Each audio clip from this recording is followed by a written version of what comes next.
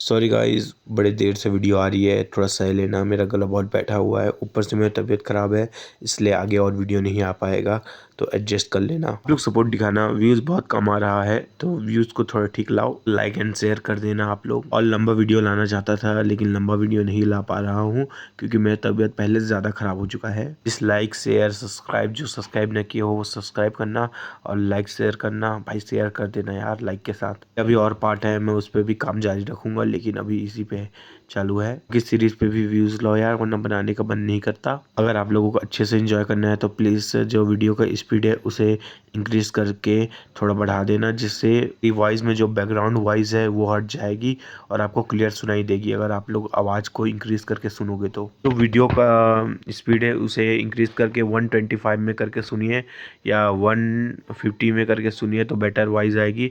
चलो अब मैं ज़्यादा आप लोगों को वीडियो के लिए लेट नहीं करता, चलिए वीडियो स्टार्ट करते हैं। इस स्टोरी की शुरुआत में दिखाया जाता है कि रात के समय जहाँ चांद टिमटिमा रहे हैं, वहाँ कोई दो लोग गड्ढे खोद रहे होते हैं।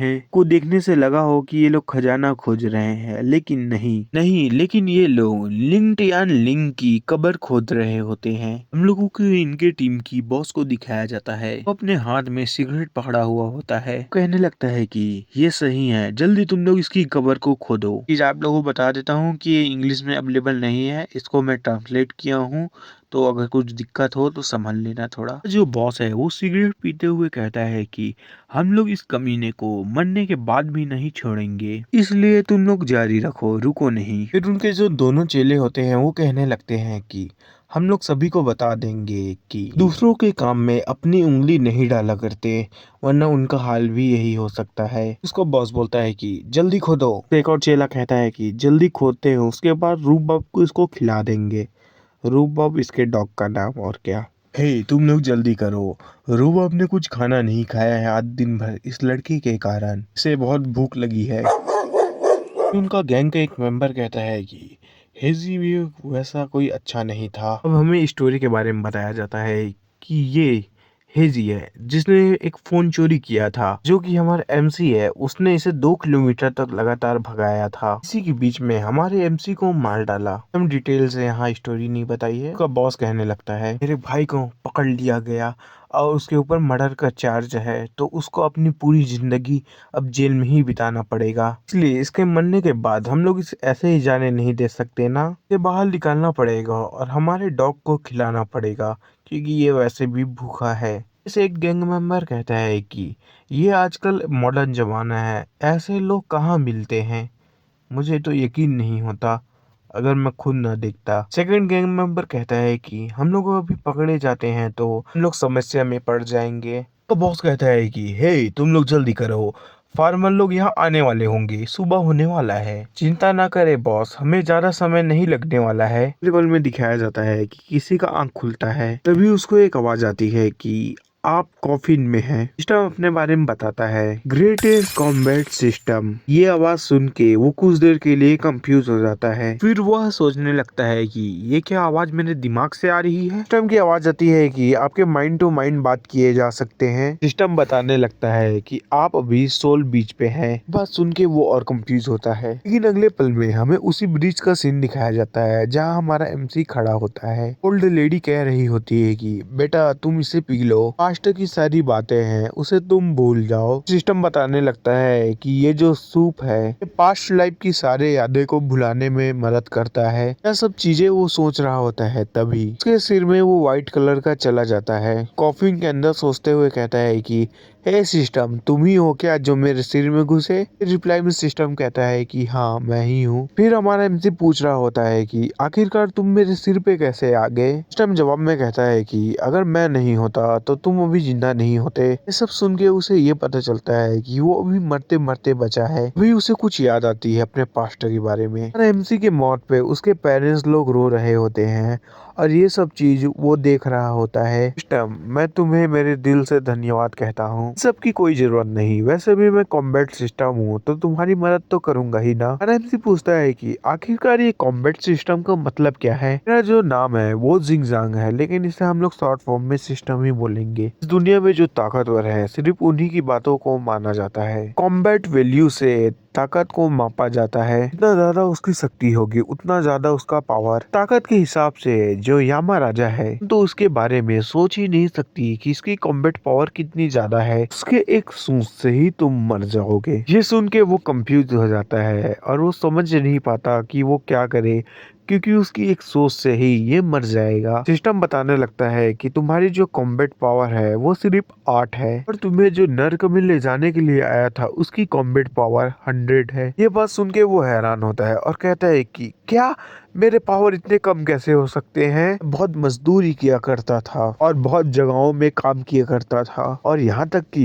मैं तो स्पोर्ट भी खेला करता था। तो मेरे जो इसलिए जो मेरी ताकत है वो तो एसएस होनी चाहिए थी ना कि 8। बताने लगता है कि तुम्हारी जो कॉम्बैट पावर है वो उतनी कम भी नहीं है, क्योंकि जो नॉर्मल इंसान है उनकी ताकत 5 पॉइंट से कम होती है। जो कि टाइगर है उसकी कॉम्बैट पॉइंट 50 की होती है। सब बात सुन के हमारा एमसी कहता है कि टाइगर और मेरे बीच तो बहुत ज्यादा गैप है, इसलिए एंसेस्टरों को मानना पड़ेगा। वो लोग तो टाइगरों को हंट किया करते थे। कॉम्बैट पावर के 3 पॉइंट को कम मत समझो, इनसे तुम काफी लोगों को हरा सकते हो। फिर हमारे एमसी को ध्यान आता है कि कॉम्बैट पावर मतलब ताकत, क्योंकि वो अपने बंदूक से किसी टाइगर को भी हरा सकता है। सिस्टम बताने लगता है कि जो वेपन की ताकत होंगे वो आपके साथ भी जुड़ जाएंगे। जैसे कि टाइगर का स्ट्रेंथ पॉइंट 15 है लेकिन आपका 8 है और आपने एक तलवार पकड़ लिया, वो भी 8 का तो हो जाएगा 16 और क्या। ये सुन के वो बहुत खुश हो जाता है और कहने लगता है कि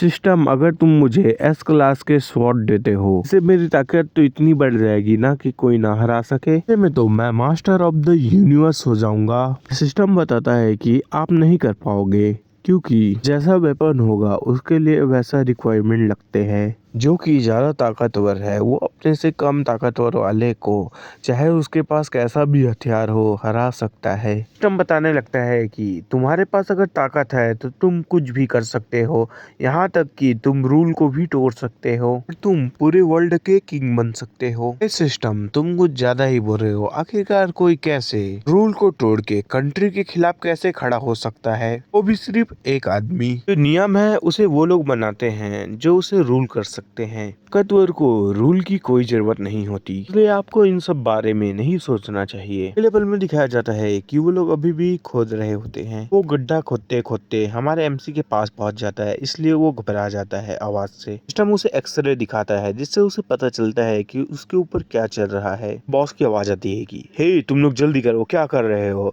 उसकी बॉडी को जल्दी निकालो, हमें इस कुत्ते को खिलाना होगा, उसे बहुत भूख लगी है। सब चीज देख के हमारा एमसी और घबरा जाता है। वो अभी अभी ही जिंदा हुआ है और उसे मारने के लिए और बाकी लोग खड़े हैं। उनकी नजर आखिरकार जाती है कि वो लोग कॉफिन को पा चुके हैं।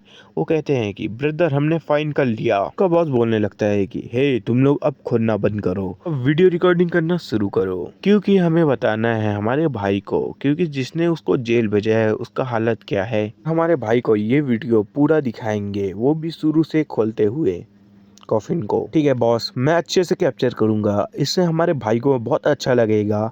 ये वीडियो देख के कैमरा ऑन कर लिया रहता है वीडियो के लिए। ये देख के हमारा एमसी गुस्सा आता है, वो अपने हाथों को कॉफिन में मार रहा होता है। ये कमीने कहीं के, मेरे मरने के बाद भी ये लोग मेरा पीछा नहीं छोड़ रहे हैं। इन कमीनों के चक्कर में मुझे अब सोचना पड़ेगा कि आखिरकार मैं कैसे बाहर निकल सकता हूँ इन सब से बच के। जो मेरे मम्मी और पापा हैं उन्हें पहले ही दुख लग रहा होगा क्योंकि मैं मर चुका हूँ, लेकिन जब वो लोग यहाँ आएंगे मुझे देखने के लिए तो मेरी लाश को ना पाके वो लोग कितना और दुख होंगे। मैं ऐसा फिर से नहीं मर सकता, मुझे अपनी पूरी कोशिश करनी पड़ेगी और इन कमीनों को मजा जगाना होगा। और अगर मुझे मरना ही है तो इन कमीनों को लेके तो मरूंगा, सारे नहीं तो किसी एक को तो लेके मरूंगा अपने साथ, लेकिन मैं लेके ही मरूंगा। अभी हमारा सिस्टम बोलता है हमारे एमसी को, तुम शांत हो जाओ, तुम्हें इतना चिंता करने की कोई जरूरत नहीं है। जब तुम्हारे साथ मेरे जैसा एक सिस्टम है तो तुम्हें चिंता करने की क्या जरूरत है, तो मैं तुम्हें ऐसे ही यहाँ मरने तो ना दूंगा। ये सुन के हमारा एमसी बहुत खुश हो जाता है और कहता है कि अच्छा तो आखिरकार तुम्हारे पास क्या पावर है। इसके जवाब में हमारा सिस्टम कहता है कि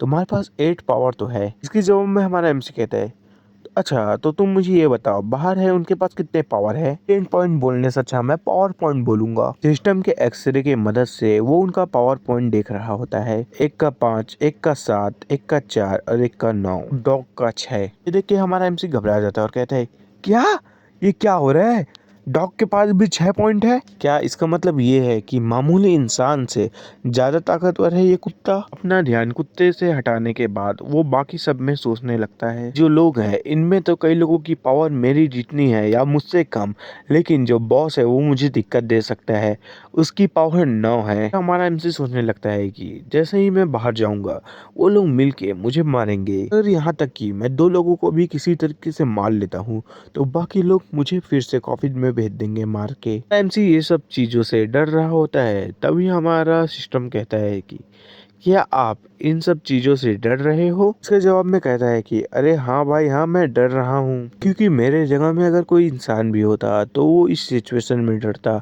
क्योंकि इंसानों को मौत से डर लगता है। लेकिन अगर यही लोग मेरे फैमिली को लगते तो कुछ भी हो जाए, मैं मरूं या ना मरूं, इनको जरूर मारता। वैसे भी मैं अपने फैमिली की नज़र में पहले ही मर चुका हूँ, इसलिए मुझे मेरी मौत से कोई डर नहीं है। मैं ये कोशिश करूंगा कि इनको यहाँ से जाने ना दूं। सिस्टम कहता है कि बहुत बढ़िया, तुम बिना डरे इनसे लड़ना चाहते हो, मेरे पास कुछ सैंपल पड़ी है जिससे तुम इन लूजरों को तुरंत हरा सकते हो। फैनेंसी कहता है कि आखिरकार वो कौन सा सैंपल है। सैंपल में सिस्टम दिखा देता है वो सैंपल, जो कि एडवांस वर्जन ऑफ ज़ॉम्बी पोशन होता है, जो कि आधे घंटे के लिए टिकेगा। इसकी मदद से तुम ताकतवर ज़ॉम्बी बन जाओगे, जो कि आधे घंटे के लिए टिकेगा, यहाँ तक कि तुम्हारे जो अटैक पावर है उसे 50 पॉइंट से बढ़ा दिया जाएगा। इससे तुम्हारी ताकत बहुत ज्यादा बढ़ जाएगी। इसके जवाब में हमारा एमसी कहता है कि क्या तुम्हारे पास कोई और सिंपल चीज नहीं है कि मेरी मदद कर सके? इस जवाब में सिस्टम कहता है कि अरे नारे बाबा ना, तुझको और क्या चाहिए, दे तो रहा हूँ, और कुछ नहीं है मेरे पास। भी उसको आवाज सुनाई देती है, बॉस देखो मैंने इसको ओपन कर दिया। वो सिस्टम से कहता है कि जल्दी दो, अगर मरना ही है तो मैं कुछ करके मरूंगा, ऐसे ही नहीं। फिर उसे एक ही बार में पूरे सिरप को पी लेता है। दोनों बहस कर रहे होते हैं कि अरे तू जल्दी कर, अरे तू क्या कह रहा है, ये कितना भारी है तुझे पता नहीं, अरे तो क्या हुआ जल्दी उठा। उनका बॉस कहता है अरे जा रे कुत्ते, इसको खा जा। इन सब के जवाब में कुत्ता कहता है, वो कुत्ता उसकी कब्र में घुस जाता है। लेकिन अगले पल में वो होता है जो किसी ने सोचा ना था। जो कुत्ते का सर है वो आसमान में उड़ गया होता है। ये चीज देख के उनको कुछ समझ नहीं आता, वो कंफ्यूज होते हैं। ये सीन देख के शूटिंग करने वाला भी घबरा गया होता है। इतने में जो कुत्ते का सिर है वो नीचे गिर गया होता है। वो लोग सोच रहे होते हैं ये क्या हुआ। जो सबसे पास में खड़ा होता है आदमी, वो घबरा जाता है और वो नीचे गिर जाता है, और वो कहने लगता है डरती हुई आवाज में, ये नहीं हो सकता, ये ज़ॉम्बी बन चुका है। ये फिल्म में दिखाया जाता है कि हमारे एमसी का जो मुंह है वो ज़ॉम्बी की तरह दिखता है। वो जब खड़ा होता है तो उसकी ताकत के मारे उसकी बॉडी फूल गई होती है। सब देख के उन लोगों की हालत गंभीर हो जाती है। जब हमारा एमसी उनकी तरफ देखता है, इस चैप्टर की शुरुआत में दिखाया जाता है हमारा एमसी खड़ा होता है। ये देख के उनकी फट गई होती है। वो लोग भग रहे होते हैं और कहते हैं कि हमें बचा लो, हमें बचा लो, कहकर भग रहे होते हैं। उनका बॉस भगते हुए कहता है कि जल्दी पुलिस को कॉल करो, उनको बोलो कि यहाँ ज़ॉम्बी आ चुका है। एमसी के पास से रेड कलर का ऑरा आ रहा होता है। एमसी उन लोगों को भगते हुए देख एक जंप करता है और गुस्से में उन लोगों के लिए हमला करने के लिए आगे बढ़ जाता है। वो लोग भगे ही जा रहे होते हैं, पीछे देखने की हिम्मत भी नहीं करते। एमसी जंप करता है और उनके ऊपर अपने उंगलियों से हमला करता है। इसके कारण एक के शरीर में छेद हो जाते हैं। आगे जाता है उन दोनों को मारने के लिए और कूदते हुए कहता है कि तुम दोनों इस दुनिया के लिए बोझ हो, तो मैं इस बोझ को दुनिया से हल्का करता हूँ। में से एक के पास कूद जाता है, जिसके कारण उसके मुंह से ब्लड निकलने स्टार्ट होते हैं। सिस्टम बताने लगता है कि ज़ॉम्बी के पास एक स्किल है जिसकी मदद से आप जो दुश्मन है उसके लाइफ एनर्जी को अपना बना सकते हैं और अपनी ताकत बढ़ा सकते हैं। हमारा एमसी सिस्टम से कहता है कि ये चीज तुमने पहले क्यों नहीं बताया। अगले पल में वो एक को पकड़ लेता है, मारने के लिए तैयार होता है और कहता है कि मुझे ट्राई करके देखना ही चाहिए, वैसे भी आधे घंटे में मैं वापस नॉर्मल हो जाऊंगा, और अपने हाथ को उसके पेट में घुसा देता है। इसके कारण उसके जितनी भी लाइफ है वो उससे निकलने लग जाती है। एमसी नोटिस करता है कि उसके शरीर में अलग सी एनर्जी आ गई है। सोचने लगता है कि क्या ऐसा ही होता है। ये एहसास इसे कंफर्ट दिला रहा होता है। वो बाकी लोगों को मारने के लिए तैयार होता है। हमारे एमसी ने बाकी लोगों को मार दिया होता है, लेकिन बाकी लोगों का सीन नहीं दिखाते। सिस्टम बताने लगता है कि आप 3 मिनट में नॉर्मल हो जाएंगे। ये सब सुन के वो अपनी बॉडी को देख रहा होता है। इतना ताकत मुझे पहले कभी महसूस नहीं हुआ, तो आखिरकार अब मुझे इनके लिए गड्ढा खोदना होगा और इनको उस पे दफनाना होगा। सिस्टम रिकवरी इस्तेमाल करता है। वो कबर के पास खड़ा होता है और शावल पकड़ा होता है। सिस्टम कहने लगता है कि होस्ट आपको चिंता करने डरने की कोई जरूरत नहीं है, मैं आपकी हमेशा मदद करूंगा। हमारा एमसी पूछता है कि सिस्टम आखिरकार तुम हो कौन। सिस्टम कहता है कि आपको पहले ताकतवर होना पड़ेगा, उसके बाद आप अपने आप ही जान जाएंगे। आखिरकार मुझे कितना ताकतवर बनना पड़ेगा? तुम बोल रहे हो कि मुझे पावरफुल होना है, लेकिन आखिरकार कितना? सिस्टम कुछ कर रहा होता है जिसके कारण हमारे एमसी का शरीर पूरा हिल रहा होता है और वो अचानक से गायब हो जाता है और कहीं और पहुंच जाता है और वो चारों तरफ देख रहा होता है। सिस्टम कहता है कि अगर तुम्हें जानना है कि तुम्हें कितना ताकतवर होना है तो तुम आगे देखो। हमारे एमसी के सामने बहुत बड़ा स्टारशिप आ गया होता है, जहाँ पर हमारा एमसी चींटी की तरह दिख रहा होता है और वहाँ एक नहीं बहुत सारे होते हैं। ये सारी चीज देख के वो बहुत हैरान होता है। अभी अचानक से स्पेसशिप में कुछ कट आने लग जाती है। पता चलता है कि स्पेसशिप को किसी ने काट दिया है। वो कोई नहीं, ये होता है, इसके कारण पीछे ब्लास्ट होता है। वो अपनी आंखों पे यकीन नहीं कर पाता कि उसने आखिरकार ये क्या देख लिया, कि कोई भी इतना ताकतवर कैसे हो सकता है कि स्पेसशिप को उड़ा सके। एमसी कहता है कि ये जो है इसकी ताकत तो मिलियंस में होगी ना। सिस्टम कहता है कि नहीं, इसकी ताकत 20,000 है। में दिखाया जाता है कि वो दूसरे प्लेनेट में जा रहा होता है गोकू और सुपर हीरो की तरह। हे सिस्टम, तुम मुझे बताओ, क्या ये हमारे लिए दुश्मन है? सिस्टम कहता है इसके जवाब में, हाँ, ये एक दिन अर्थ में आएगा। फिर वो सोचने लगता है कि वो कैसे स्पेस को फाड़ते हुए प्लेनेट में आएगा और प्लेनेट को तबाह करने लगेगा। इन सब चीजों को वो सोच रहा होता है। हमारा एमसी कहता है कि अगर ये किसी दिन हमारे अर्थ में आएगा तो ये तो पूरी तबाही मचा के रख सकता है, किसी भी कीमत में इसे ऐसा नहीं होने दे सकता। अगले पल में दिखाया जाता है कि हमारा एमसी नॉर्मल हो गया होता है। सिस्टम, मैं तुमसे वादा करता हूँ कि मैं अपनी अर्थ को बचाऊंगा। इस बात से सिस्टम कहता है कि मैं तुम्हारी इस बात से बिल्कुल हैरान नहीं हूँ। सिस्टम बधाई दे रहा होता है क्योंकि इसका जो पावर पॉइंट है वो 8 से 4 प्लस होके 12 हो गया होता है। ये देखिए हमारा एमसी कहता है कि मेरे जो पॉइंट है, पावर पॉइंट, वो कुछ ज्यादा ही जल्दी बढ़ रहे हैं। इसके जवाब में सिस्टम कहता है कि बिल्कुल नहीं, तुमने जब इतने लोगों को मारा है तो 4 पॉइंट बढ़ना ये बहुत स्लो है। क्या मैंने उन लोगों को मारा और मेरे पॉइंट को इतने इंक्रीज किया तो भी मैं स्लो हूँ? तो आखिरकार मुझे क्या करना चाहिए पावर पॉइंट को जल्दी बढ़ाने के लिए? सिस्टम कहता है कि तुम्हें और कुछ नहीं, और ताकतवर लोगों से लड़ना होगा और अपनी ताकत को बढ़ाना होगा। सिस्टम बताने लगता है कि जितने भी चीज हैं उन्हें रैंक में डिवाइड किया है, जो कि पावर पॉइंट है वो रैंक पे डिसाइड होते हैं और तुम जिस रैंक के चीज को मारोगे उसी के हिसाब से तुम्हें रिवॉर्ड मिलेगा। जब तुम उन लोगों को मारोगे तो उनसे जो पॉइंट मिलेगा उससे तुम बहुत सारे आइटम को एक्सचेंज कर सकते हो, जैसे कि टेक्निक, पील, आइटम्स और बहुत कुछ। और उन्हीं के बीच में ज़ॉम्बी पोशन भी है। ये सब तो गेम खेलने से भी ज्यादा मजेदार लग रहा है मुझको। खुश हो जाता है और नाक को ऊंची करते हुए कहता है, मैं जो कुछ भी करना चाहता हूँ वो कर सकता हूँ। लेकिन अगले ही पल में कोल्ड वाटर का एक बकेट हमारे एमसी के सर पे गिरता है, क्योंकि सिस्टम कहता है कि आपको अब से कुछ नहीं मिलेगा। तुमसे बात कर रहा हूँ तो ऐसा लग रहा है कि मैं किसी हवा से बात कर रहा हूँ। सिस्टम अपने आप को हैमस्टर में बदल लेता है और कहता है कि अभी मेरे पास इनफ एनर्जी नहीं है। एमसी इसे देख के हंसने लगता है। सिस्टम गुस्सा हो जाता है और कहता है कि क्या तुम्हें मैं अच्छा नहीं दिख रहा? थोड़ा गला खराब है इसलिए ऐसी आवाज आ रही है, सह लो। मैं अभी ताकत को बढ़ाने पे ध्यान देना नहीं चाहता, मुझे अभी स्कूल पे ध्यान देना है। सिस्टम कहता है कि तो ऐसे में क्या तुम अभी घर जाओगे? मैं अपने परिवार वालों को अभी समझा नहीं पाऊंगा क्योंकि वो लोग अभी अभी ही मुझे यहाँ दफना के गए हैं, तो मैं अचानक से कैसे जिंदा हो गया। जो नॉर्मल इंसान है वो मेरी बातों पे कभी यकीन नहीं करेंगे। वैसे भी मेरे ख्याल से मेरे स्कूल में किसी को पता नहीं होगा कि मैं मर चुका हूँ। से भी अभी छुट्टियां चल रही है तो कोई स्कूल गया भी नहीं होगा। सिस्टम कहता है कि हाँ, ये सब तो ठीक है, लेकिन तुम ये बताओ कि तुम अपनी ट्यूशन की फीस कैसे दोगे? से भी जो ट्यूशन का फीस है वो 4800 युआन है। इसमें यहाँ तक कि मैं तुम्हारे रहने का खर्चा भी नहीं जोड़ रहा। सब सुन के वो पत्थर की मूर्ति की तरह बन गया होता है। एमसी बात टालने की कोशिश करता है और कहता है कि मैं कैसे भी कर लूंगा। और मेरे होस्ट, मुझे ये बताओ कि तुम पैसे का जुगाड़ कैसे करोगे? अभी हमारे एमसी के पास अचानक से सिस्टम विंडो आ जाता है। हमारे एमसी को एक टास्क दिया जाता है जो कि 20 घंटे में कंप्लीट करना है। वो कंप्लीट करने के रिवॉर्ड के तौर पे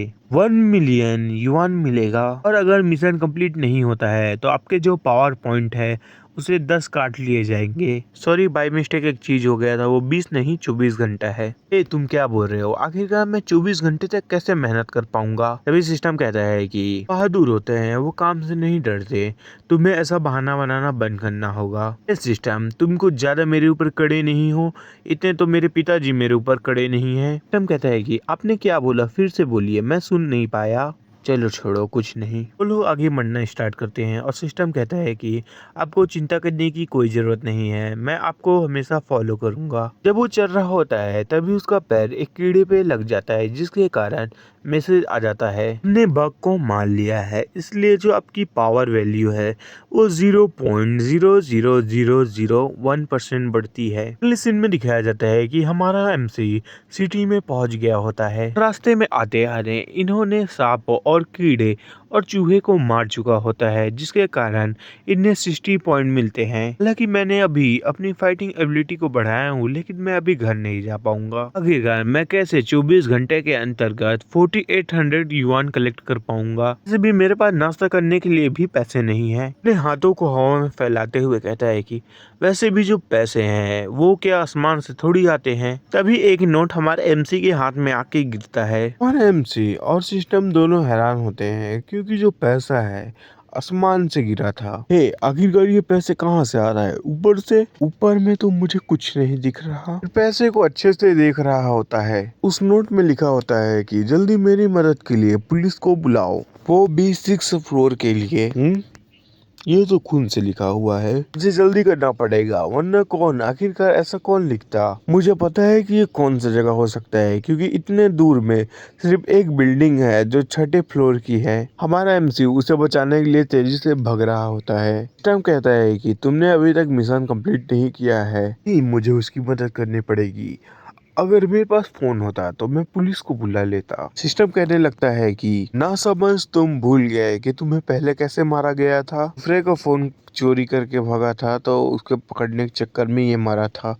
उस समय अगर ठीक से क्लियर नहीं हुआ हो तो अभी बता दे रहा हूँ। वो आगे जा रहा होता है। ये सब बात सुन के वो 1 मिनट के लिए रुकता है, उसके बाद कहता है कि मैं नहीं रुक सकता, पहले मुझे उसके लोकेशन के बारे में जानना होगा, उसके बाद ही मैं पुलिस को बुला पाऊंगा। ताकि ज्यादा लोग मदद नहीं कर पाते हैं, लेकिन तभी एक अटैक आता है उसकी तरफ। वो पीछे मुड़ता है और उस अटैक को देख लेता है। वो नीचे झुकता है और बच जाता है। उस हमले को अपने हाथों से पकड़ लेता है रोकने के लिए। बाद में उसे पता चलता है कि ये कोई हमला नहीं बल्कि ये एक सांप है। सांप उसे मारने के लिए अपना मुंह खोल लिया होता है। ये देख के हमारा एमसी बहुत जल्दी ही हमला करता है और उसके शरीर को जाके एक दीवार से मारता है। आपने सांप को मार दिया है, इस कारण जो आपके लेवल है वो लेवल 5 के हो चुके हैं। जो आपके कॉम्बैट पावर है वो 20 पॉइंट से बढ़ चुके हैं। सिस्टम आखिरकार इस सांप ने मेरे ऊपर अचानक से हमला क्यों किया? होस्ट, ये जो सांप है ये जहरीला है, और वैसे भी ये तो आपके कॉम्बैट एबिलिटी को बढ़ाने के लिए मदद किया। चलो छोड़ो, वैसे भी ये मुझे ताकतवर बनाने के लिए थोड़ी मदद किया। आगे बढ़ने लगता है। वो लोग जाते हुए बात कर रहे होते हैं कि इसकी मदद से 20 पॉइंट कैसे बढ़ गए। बिल्डिंग के पास आ गया होता है। अगर मैं सामने गेट से जाऊंगा तो ये मुसीबत हो सकता है, तो मुझे विंडो से जाना होगा। थोड़ा रुक जाओ, मैं तुम्हारी मदद के लिए आ रहा हूँ। अगले पल में हमें एक विंडो दिखाया जाता है जहाँ एक लड़की खड़ी होती है। प्लीज मेरे मैसेज को देख के मेरे को बचाने के लिए कोई आ जाओ। तभी एक टकला आदमी आता है और दरवाजे को किक मारते हुए कहता है कि है लड़की, तुम क्यों चिल्ला रही हो? इससे जो लड़की होती है वो डर जाती है। अगर तुमने फिर से चिल्लाया तो मैं तुम्हें इस खिड़की से बाहर फेंक दूंगा, और ये बताओ कि तुम्हें ये 100 युआन कहाँ से मिला? ये सुन के वो और डर जाती है और अपने मुंह को जल्दी बंद करती है अपने हाथों से। लड़की, तुम चुपचाप रहना, वरना मैंने तुम्हें जो कहा है उसे मुझे करना पड़ेगा। ये सब सोच के वो वहाँ चुपचाप बैठी होती है, निराश होके आखिरकार मैं कैसे निकल सकती हूँ इस जगह से, उदास होके रोने लगती है। हमारा एमसी होता है वो स्पाइडरमैन की तरह चकते हुए जा रहा होता है लड़की को बचाने के लिए। ब्रदर, वो जो ओल्ड मैन है वो हम लोगों के साथ खेल रहा है, उसने अभी तक हमें पैसे नहीं दिया है। रुको, वैसे भी 100 मिलियन कैश कोई छोटी रकम नहीं है, तो उसे जमा करने में तो समय लगेगा ना। लेकिन उसने कहा था कि आज ही देगा वो हम लोगों को। तो क्या वो हम लोगों के साथ खेल रहा है? क्या उन्हें नहीं लगता कि हम लोग उसके बेटी के साथ कुछ भी कर सकते हैं? वो उठने लगता है। तुम लोग सही कह रहे हो, चलो ओल्ड मैन को कुछ सरप्राइज देते हैं। दरवाजा खुलने लगता है। लड़की कहने लगती है कि तुम लोग मेरे पास मत आओ, रुक जाओ। लड़की, तू हम लोगों की बात मान जा, तुझे चोट नहीं लगेगा। नहीं, तुम लोग यहाँ से जाओ। तुम लोग गुंडे लोग उसके कपड़े को फाड़ देते हैं, जिसके कारण वो चिल्लाने लगती है और अपने दोनों मेलन को छुपाने लगती है अपने हाथों से। नहीं, तुम रुक जाओ, ये क्या कर रहे हो। एक झापड़ मार देती है। तुम नहीं। जो गुंडा होता है वो और गुस्से में आ जाता है। ने मुझे मारा कहकर उसके गले को पकड़ लेता है। तुम्हें कहा था, ऐसा है तो अब चलो मेरी सजा खाओ। क्या कोई मुझे बचा नहीं पाएगा। तो हमारा एमसी है वो स्पाइडरमैन बन के दीवार पे चढ़ा होता है और खिड़की से देख रहा होता है कि अंदर क्या चल रहा है। जब लड़के की नजर उधर जाती है तो वो कहता है कि तुम कौन। लेकिन अगले पल में हमारा एमसी पूरी ताकत से शीशे को मारता है। इसके कारण जितने भी ग्लास के टुकड़े होते हैं वो सब पे जाके गिरते हैं। हमारा एमसी कहता है कि आखिरकार तुम लोग लड़कियों को ऐसे परेशान कैसे कर सकते हो। हे बच्चे, तुम क्या किसी सुपर हीरो की मूवी देख के आए हो जो कि यहाँ बचाने के लिए आ गए हो इसे। हे सिस्टम, तुम्हें कोई और देख सकता है क्या। नहीं होस्ट, आपके अलावा और कोई नहीं देख सकता मुझे। टकला आदमी आता है चाकू लेके और कहता है कि हे बच्चे, तुझे क्या मरना है यहाँ। लड़की डरी होती है लेकिन वो कहती है कि हे, तुम यहाँ से चले जाओ वरना ये लोग तुम्हें मार डालेंगे। इसके बाद हमारे हमसे उस टकले को दिखता है। टकले के हाथ को पकड़ के मोड़ देता है, जिसके कारण वो चिल्लाने लगता है। तो उसके चाकू को अपने हाथ में जल्दी से पकड़ लेता है और अगले पल में उसके गले को वो काट देता है। ये देख के उनका जो मेन बॉस होता है वो घबरा जाता है। जो टकला होता है वो अपने ब्लड को ना बहने देकर अपने हाथ से अपने गले को पकड़ के रखता है। लेकिन अगले पल में हमारा एमसी उसकी तरफ बढ़ जाता है। उसे अपनी तरफ आते देख ये बंदूक निकाल लेता है। सिस्टम कहने लगता है कि हे, तुम्हें जल्दी करना पड़ेगा, इसके पास गन है। अगले पल में उसकी तरफ उस चाकू को फेंक देता है। चाकू से बचते हुए कहता है कि जा, अब तू मर जा। लेकिन इतने में हमारा एमसी उसके पास आ जाता है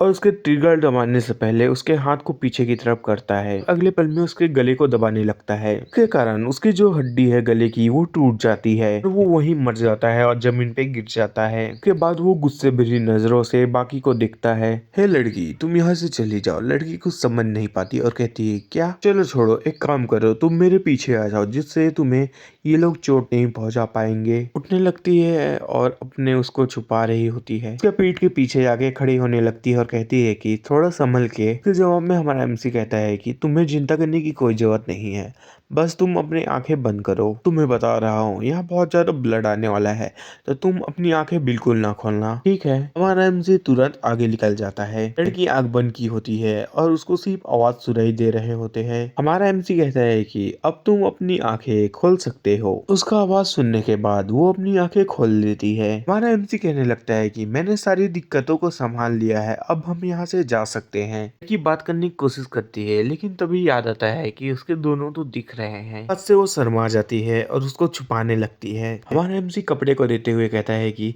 पहले अपने कपड़े चेंज कर लो, उसके बाद हम लोग बात करेंगे। शर्माने लगती है और कहती है कि आज तक मैं अपने पिताजी के अलावा और किसी लड़के के पास इतने पास नहीं रही हूँ। एमसी आगे जा रहा होता है और कहता है कि चलो, अगर अब तुम रेडी हो तो हम लोग आगे चले। लड़की कहने लगती है कि ठीक है, चलते हैं। तुम पीछे जो बॉडी है उनको मत देखना, ठीक है, मैं नहीं देखूंगी। वो दोनों नीचे जा रहे होते हैं 6th फ्लोर से। तुम्हें अच्छा लग रहा है। हाँ, मुझे अब अच्छा लग रहा है। ये लो मेरा फोन और अपने फैमिली वालों को बुला लो। अरे, मेरा कुछ सामान ऊपर छूट गया है, जरा मैं लेके आया, तो तुम मेरे लिए बाहर इंतजार करना। ठीक है, मैं आपका इंतजार बाहर करती हूँ। जाते हुए कहता है कि अरे 1 मिनट रुकना, 1 मिनट में आ जाऊंगा। लाशों के पॉकेट को चेक करते हुए कहता है कि मुझे किसी भी तरीके से अपना मिशन तो कंप्लीट करना ही है। टम कहता है कि अरे मैंने तो देखा कि तुम्हारी जो हार्ट बीट है जब तुम 6ठे फ्लोर को चग रहे थे तब उतना नहीं धड़क रही थी, जब तुम उस लड़की से बात कर रहे थे तब धड़क रही थी। बात सुन के वो ब्लश करने लगता है। जाते हुए कहता है कि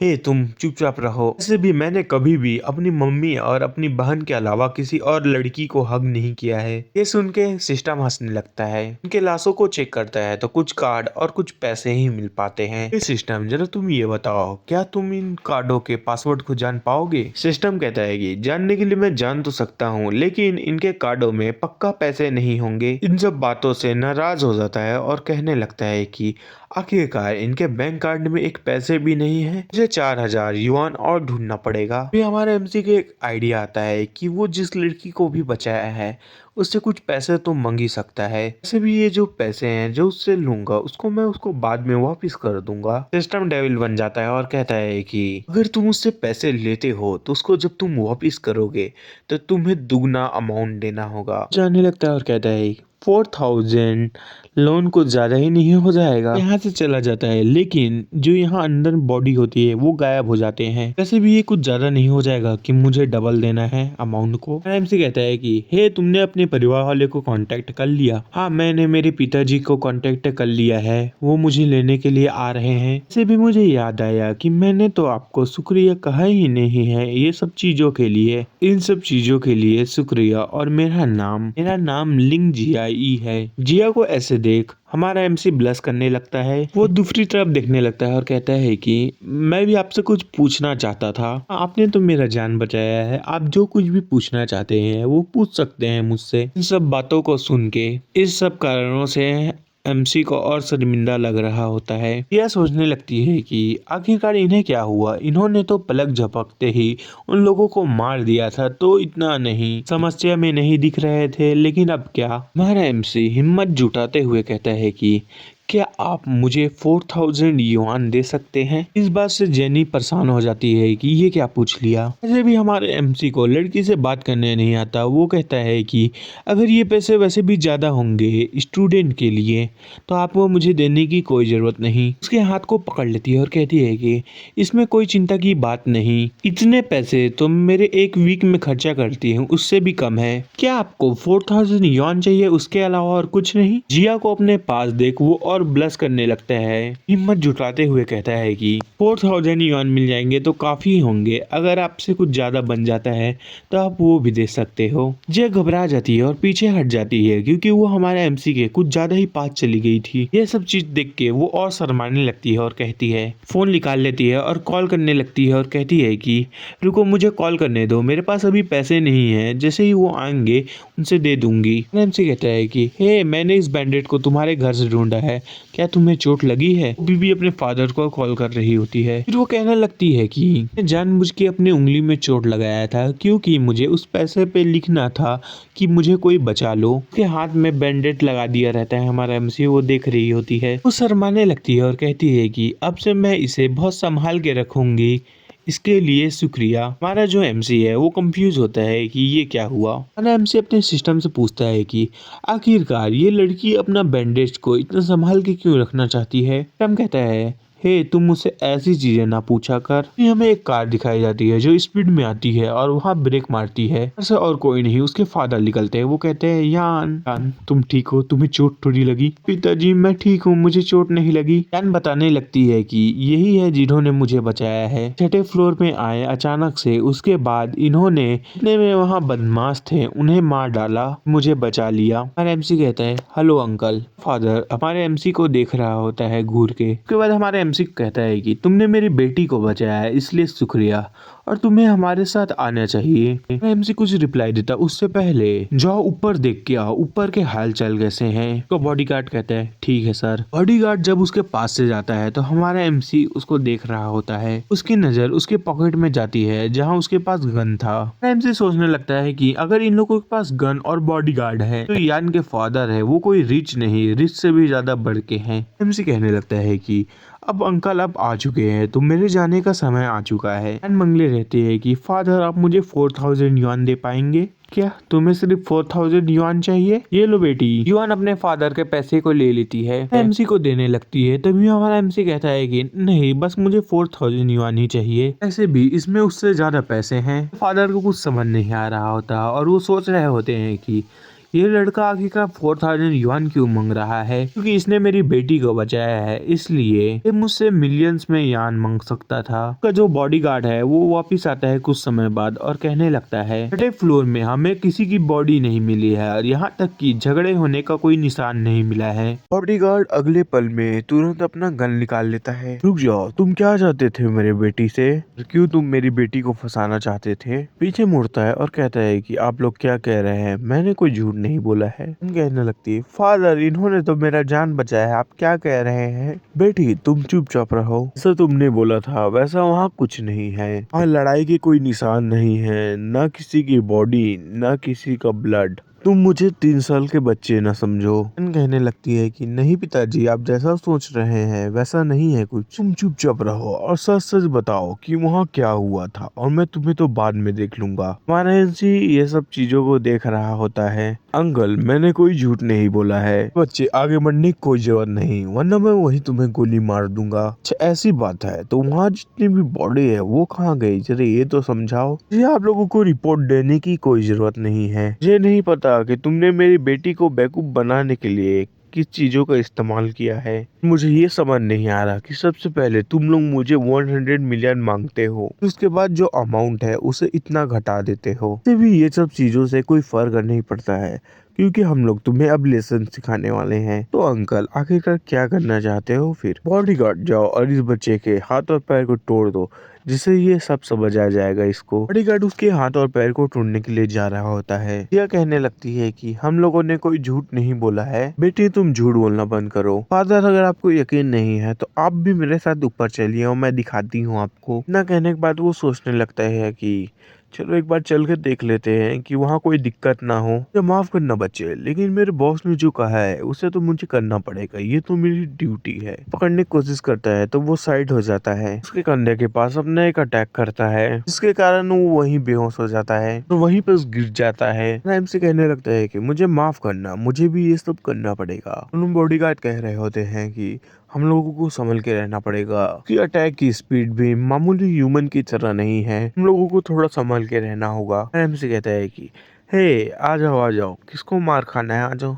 मैं तुम्हारी मार खाने की इच्छा पूरी करूंगा। गुस्सा आने लगता है और कहता है कि हे बच्चे, तुझे क्या मुझसे मरना है? नसीम रूम पे जाता है, जहाँ आवाज आती है कि क्या यहाँ कुछ नहीं है? मुझे पहले ही पता था कि यहाँ कुछ नहीं है। मुझे ये समझ नहीं आ रहा कि उसने तुम्हें क्या दिया है। तुम्हें जो कुछ भी दिया था उससे अब कोई फर्क नहीं पड़ता, क्योंकि इसका झूठ पकड़ा गया है। नहीं पिताजी, मैं सच बता रही हूँ, उसने उन लोगों को मारा है और उनमें से एक के पास तो गन भी था। भी उन लोगों को पीछे से साउंड आती है गोली चलने की, और वो लोग कह रहे होते हैं कि क्या उधर गोली चल गई। दोनों जब नीचे पहुंचते हैं तो वो देखते हैं कि सारे बॉडीगार्ड नीचे पड़े हैं। आखिरकार यहाँ क्या हुआ और वो बच्चा कहाँ गया? हम लोगों के ऊपर हमला कर दिया था और हम लोगों को बेहोश करने लगा। तभी एक बॉडीगार्ड इतना डर गया कि उसने बुलेट फायर किया। उसके जितने भी बुलेट थे उसके पास से वो आसानी से बच जा रहा था। जो लड़का है वो एक किलिंग मशीन है और एक मॉन्स्टर आ रहा होता है। जो गर्ल है वो अच्छी है, लेकिन उसके जो पिताजी हैं वो तो उतने अच्छे नहीं हैं। तो तुम सिस्टम मेरे पास नहीं होते तो मैं वहां से हाथ पैर टूटे बिना तो नहीं बच सकता था। सिस्टम, तुम बताओ, तुम इन सब बारे में क्या सोचते हो? कहने लगता है कि ये जंगल के नियम की तरह है कि जो ताकतवर है वही सबसे टॉप पे रहेंगे, इसलिए तुम्हें ताकतवर बनना पड़ेगा। सिस्टम का मैसेज आता है कि आपने मिशन को कंप्लीट कर लिया है। बस से हमारा एमसी बहुत खुश हो जाता है। ये हमारे एमसी के सामने पर्पल बॉल आता है। हमारा एमसी उस बॉल को ओपन करता है। 3 आइटम गिरता है, उसमें से एक आइस डैगर होती है। जो सेकंड है वो एक बटरफ्लाई है। तीसरा item 4th dimension ring. MC कहने लगता है कि ये रिवॉर्ड काफी अच्छे हैं। सिस्टम, तुमने तो कहा था मुझको 1 मिलियन मिलेगा, लेकिन वो कहाँ गए? सिस्टम कहने लगता है कि अरे तू की चिंता कर रहा है, तेरे अकाउंट में चले गए होते पैसे। किसी को इसको पढ़ना हो तो पढ़ लो, नेम और बाकी अकाउंट बताया है, मैं नहीं पढ़ रहा। फिर इसको देखने के बाद हमारा एमसी सोचने लगता है कि क्या मेरे जो एड्रेस है उसमें मिल्की वे ऑफ अर्थ लिखा है? सिस्टम कहने लगता है कि हे, तुम्हें क्या लगता है कि तुम हमेशा अर्थ पे रहोगे? क्या तुमने स्पेसशिप के बारे में भूल ही गए थे? हे, मुझे उस लड़की को पैसे को उसको वापस भी करना है। वैसे भी उसके पिताजी के साथ मेरे कोई अच्छे रिलेशन नहीं है। सर, डबल नहीं 100 टाइम अमाउंट जाएगा ब्रो, मैं डबल अमाउंट जाएगा सोच रहा था, जिसके कारण उसके अकाउंट में अब बहुत कम पैसे बचे हैं यार। सिस्टम कहने लगता है कि तुम्हें कैसा लग रहा है? पर एमसी रो रहा होता है और कहता है कि बहुत जल्दी मेरे हाथ से मेरे पैसे चले गए। कहने लगता है चलो छोड़ो, ऐसे भी मेरे पास अभी पैसे बचे हुए हैं। के बाद वो अपने आइस डैगर को देखने लगता है और उसको अपने हाथों में पकड़ लेता है। ये डैगर कुछ अजीब है, क्योंकि जैसे इसे मैंने पकड़ा उसके बाद मैं अपने आप को कुछ हल्का महसूस कर रहा हूँ। सिस्टम बताने लगता है कि तुम्हारे हाथों में जो हथियार है वो कोई मामूली हथियार नहीं है, बल्कि जो मिलिट्री वाले यूज करते हैं वो है। अपने पैनल को ओपन करो और एक बार चेक करो। जैसे ही ओपन करता है तो उसे पता चलता है कि उसके जितने भी एट्रीब्यूट है वो 3-2 ऐसे पड़ चुके होते हैं। हमारा एमसी सोच रहा होता है कि अगर वो पूरे आर्मर सारा वेपन पहन लेता है तो काफी स्ट्रांग बन जाएगा। यही सारी चीज सोच के हंस रहा होता है। अभी सिस्टम कहता है कि हे तुम क्या ये सोच रहे हो कि तुम अपनी पूरी शरीर में हथियार और आर्मर को पहन लोगे तो तुम्हें कोई हरा नहीं पाएगा, तुम इतने ताकतवर बन जाओगे। तो सिस्टम ये ऐसा काम नहीं करता। तो जो कि मामूली वेपन और कॉम्बैट इक्विपमेंट अलग होते हैं। सिस्टम कहने लगता है तुम्हें समझाने से अच्छा दिखाऊं तो बढ़िया होगा। अगले पल में हमारा एमसी अपने आप को कहीं और पाता है। सिस्टम कहने लगता है कि ये तुम्हारे पास ये रही नॉर्मल इक्विपमेंट जिसकी पावर आइस वेपन की तरह सेम कॉम्बैट एबिलिटी है, लेकिन इसे पकड़ो और खुद फैसला करो। वेपन को अपने हाथों में पकड़ लेता है और अपने कॉम्बैट पैनल को देख रहा होता है। फिर जो सिस्टम है एक दुश्मन को वहां ले आता है। उसे देख के वो अपना वेपन तैयार कर लेता है। अगले पल में उसको हमला करने के लिए आगे बढ़ रहा होता है, लेकिन हमारे एमसी के हमलों को वो आसानी से डॉज कर रहा होता है। हमारे एमसी के ऊपर अटैक करने के लिए तैयार होता है। हमारे एमसी की तरफ देखता है और अपने हाथ से उसके डैगर को हटा देता है। हमारा एमसी उससे बचने के लिए वो पीछे कूदता है और उसका हथियार नीचे गिर गया होता है। ये जो डमी है इसकी ताकत बॉडीगार्ड से ज्यादा है, लेकिन मेरी जितनी होगी। सिस्टम कहता है कि उसका जो पावर है वो 30 पॉइंट है, तुम अपना डैगर इस्तेमाल करो। ये सुन के हमारा एमसी डैगर निकाल लेता है। सिस्टम बताने लगता है कि आपकी जो कॉम्बैट वैल्यू है वो बढ़ चुकी है। जो डमी है वो भी अटैक के लिए तैयार होता है। हमारा एमसी तुरंत बहुत स्पीड में आगे बढ़ जाता है। जो की बॉडीगार्ड है वो अपने हाथ से मारने के लिए आगे बढ़ता है। हमारा एमसी उसके पंच को आते हुए अपने तरफ देखता है और बड़े आसानी से उससे बच जाता है। अगले पल अपने डैगर से हमला करता है, उसे बहुत आसानी से 2 टुकड़ों में काट देता है। इसी तरह वो डमी वहां से गायब होने लगता है। ये काफी आसान हो गया था। जैसे ही मेरे हाथ में मेरा हथियार आया ऐसा लगने लगा कि मैं पहले से तेज हो चुका हूँ और मैं ताकतवर हो चुका हूँ। तब कहने लगता है कि अब तुम्हें समझ आया होगा कि जो मामूली हथियार है और जो कॉम्बैट हथियार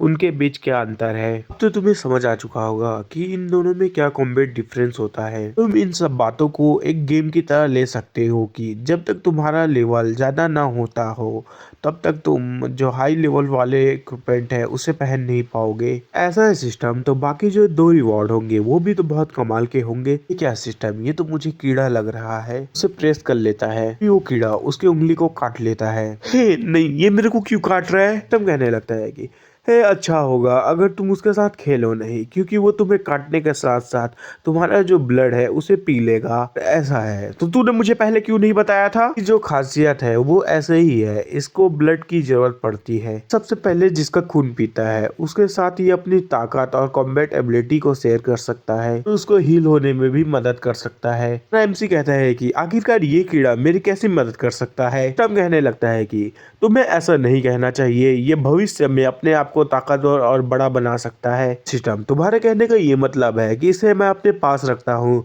तो ये बड़ा होके मॉन्स्टर बन सकता है। तब बताने लगता है कि ये अपनी जो बॉडी है इसे अपने हिसाब से ये बड़ा या छोटा कर सकता है। एमसी उस कीड़े को देख रहा होता है। फिर जो वो कीड़ा होता है वो उसके कान में घुस जाता है। एमसी कान को छू रहा होता है और कहता है कि ऐसा लगता है कि उसके और मेरे बीच अब ब्लड कॉन्ट्रैक्ट हो चुका है, इसलिए अब से मैं इसे गोल्डन क्लब कहूंगा। मैंने दोनों रिवॉर्ड तो देख लिए, अब ये रिंग ही बस बचा है। और एमसी डायरेक्टर उसे अपने हाथों में पहन लेता है और कहता है कि वैसे भी इसका नाम बड़ा सिंपल है तो इसमें कुछ गलत नहीं होगा। फिल्म में सिस्टम विंडो बताता है कि पावर 1 से बढ़ चुका है, एजिलिटी 2 से बढ़ चुका है, स्प्रिट 3 से बढ़ चुका है। सोचा था कि इस रिंग को पहनने से मेरे पास ऐसी एबिलिटी आ जाएगी कि मैं किसी भी चीज को इस पे स्टोर कर सकूं, लेकिन नहीं, इस पे तो मेरी कॉम्बैट वैल्यू कैसे बढ़ा ली। जितनी मेरी कॉम्बैट वैल्यू बढ़ी है इन सब चीजों से, उतने में तो मैं 1 दर्जन बॉडीगार्डों को आसानी से हरा सकता हूँ। तब मुझे बताओ कि इस रिंग में मैं कितना स्टोर कर सकता हूँ। मुझे लगता है कि इसकी स्पेस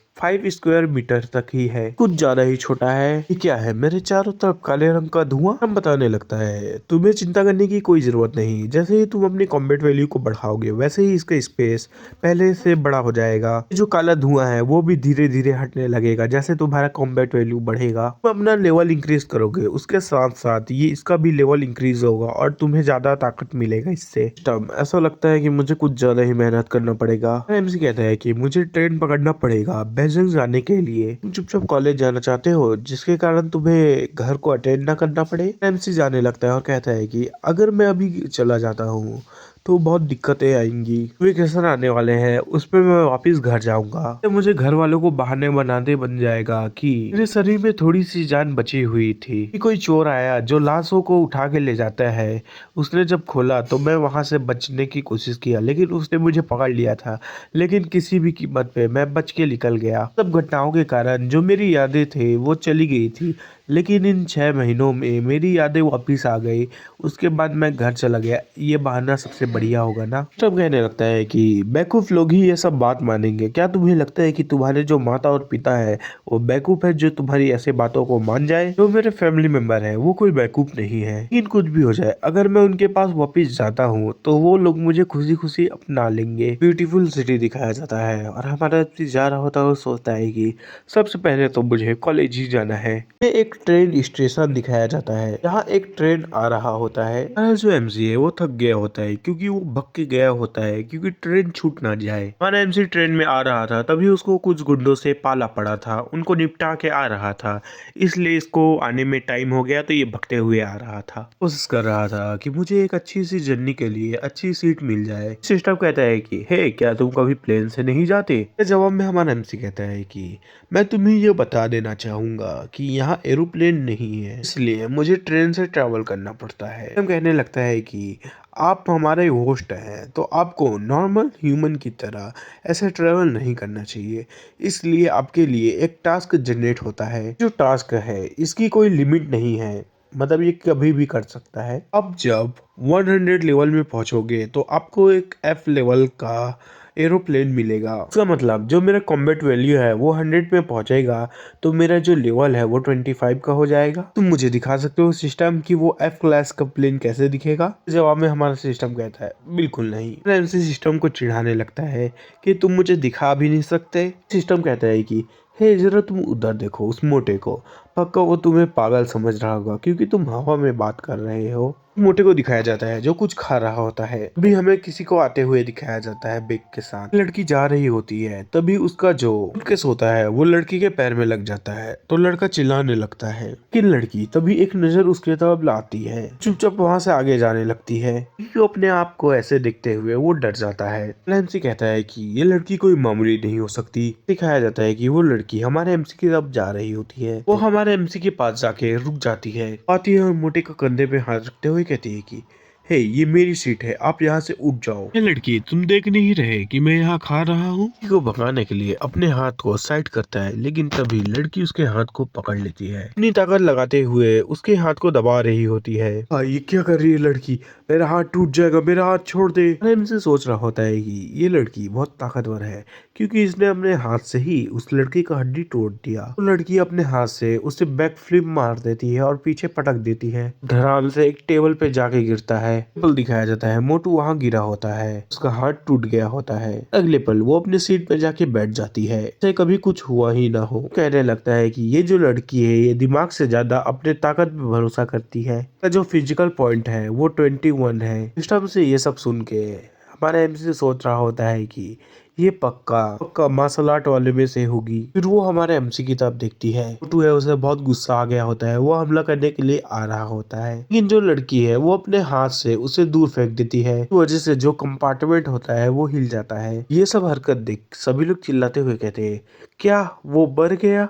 जाके पहले चेक करो वो बड़ा है कि नहीं। लड़की है वो अपने जगह से उठती है और आगे जा रही होती है। वो लड़के के पास जाके खड़ा हो जाती है, उसके पॉकेट से उसका टिकट निकाल रही होती है, उसके ऊपर पैर रखते हुए उसके टिकट को देख रही होती है। उसकी तरफ देखते हुए कहती है कि हे फैट गाय, तुम्हारा मैंने एड्रेस याद कर लिया है तो ज्यादा बकवास न करो, वरना जो तुम्हारी फैमिली है वो नहीं बनने वाली। जो उसमें वर्कर होता है वो आता है और पूछता है कि हे, क्या ये लड़की ने आपको मारा? नहीं नहीं सर, मैं गिर गया था फिसल के। चलो ऐसा है तो मैं जा रहा हूँ, आप लोग ज्यादा आवाज न करना, क्योंकि वजह से बाकी लोग डिस्टर्ब हो रहे हैं। लड़की आगे जाती है और अपने सीट पे बैठ जाती है। एमसी सोच रहा होता है कि इस लड़की के इस हरकत के कारण सभी लोगों का ध्यान इसकी तरफ आ चुका है। एमसी उसकी तरफ देख रहा होता है तो वो सोचता है कि क्या इतनी चाहत, वो भी किसी को मारने की? शायद 20 ही होगा, लेकिन इतनी इतनी किलिंग इंटेंट, ये तो मुझसे भी ज्यादा किलिंग इंटेंट है। एमसी को अपने तरफ ऐसे देखते हुए वो उसकी तरफ देखती है। ये हमारा एमसी अपना सिर घुमा लेता है। ट्रम्प कहता है कि